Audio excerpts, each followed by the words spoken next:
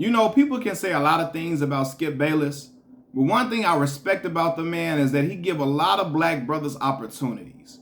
He give them chances to show themselves and to come back into the limelight when they've taken a fall from grace. Sometimes not because of what they've done, right? They've unfairly taken a fall from grace, and Skip brings them back into the fold. If you don't know what I'm talking about, FS1 Undisputed is officially back today. Shannon Sharpe he made his exit a few months back. Shannon Sharpe is now with ESPN First Take.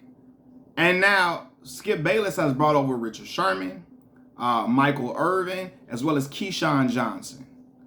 Why is this profound? Richard Sherman has a chance to finally be in the limelight. You know, he's a very educated brother. Went to Stanford, has his own podcast. Now he gets the opportunity to be in front of the screen every single day on national television, so we can get a feel for his personality, and so he can hopefully rise to become a media star. I don't know if he will be the same star that Shannon Sharpe is, but hopefully he can be in that same type of stratosphere one day. He's getting an opportunity fresh with Skip Bayless. Keyshawn Johnson. Keyshawn was let go by ESPN, a month ago? Right? They made cuts. They laid people off, got people out of there. Keyshawn Johnson got a new opportunity over here with Skip Bayless, and Skip Bayless fought for him to be on that show with him, right? So I'm glad that Keyshawn is getting another great opportunity after, being let go from ESPN. And I love the show that Keyshawn, Max Kellerman, and Jay Williams had. I love Keyshawn on there. I really liked what he brought to that show, for sure. So now I'm interested to see what he will bring to FS1 Undisputed, right? But Skip fought for him to be on there, and I'm glad that brother got another opportunity to get to a bag, to get some money, especially in this economy, man. Being unemployed is not okay. It's really not, right? But I'm glad he got another opportunity to show who he is and what he's made of and what he can bring to the table. Michael Irvin was removed off television when he had all those allegations that were made about a woman saying I think she accused Michael Irvin of assaulting her some type of way, right? And in the clip, you see her and Michael Irvin talking for a few seconds, and that was it. And Mike claims his innocence, right? But Mike hasn't really been on TV since then. And so now Mike is getting an opportunity to be on camera once again and showing that vibrant personality. Mike is off the charts. He got a lot of charisma. He got a lot of energy. Michael Irvin be sweating before the show even start. Michael Irvin sweating like he was just on the field in shoulder pads and a helmet, like he was in full uniform, full helmet, like he was like he just finished playing a game with the Dallas Cowboys. He be sweating like that because he just got so much energy. He's so lively. Mike is very captivating when he's on screen. You want to hear what he has to say. Now Skip Bayless got another Cowboy defender on air when you probably going to have Keyshawn and Richard Sherman going against the Dallas Cowboys. So that would be an interesting dynamic to see.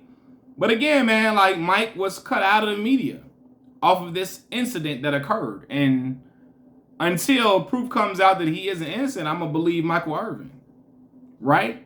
And so, because Michael Irvin, I'm talking about strongly said that he didn't do anything wrong at all.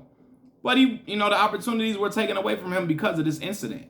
So now we get to see him back on TV because Skip Bayless fought for Michael Irvin. In fact, if you've been keeping up with Skip always claims that Michael Irvin is the greatest receiver. He always puts Michael Irvin as the greatest receiver ever because he saw the playmaking abilities that he had with the Dallas Cowboys and how he was a big-time playmaker, right, on that team for sure. And he really was not like it's just Skip always discredit Troy Aikman. He say Michael Irvin was the dude that put Troy Aikman in that type of top tier. But the catches that Michael Irvin made for him were phenomenal, man. And Michael Irvin is without a doubt an all-time great receiver for sure. But Skip fought for him to be on there.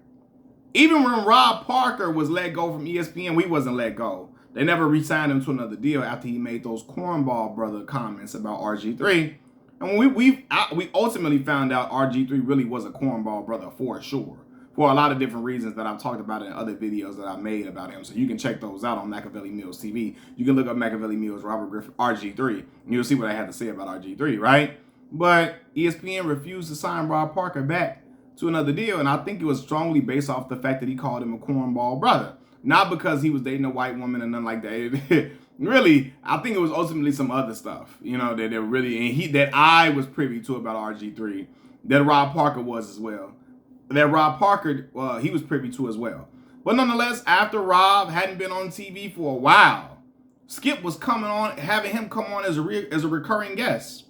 You know what I mean? As a guest, he was always coming on as a guest on FS1 Undisputed with Shannon.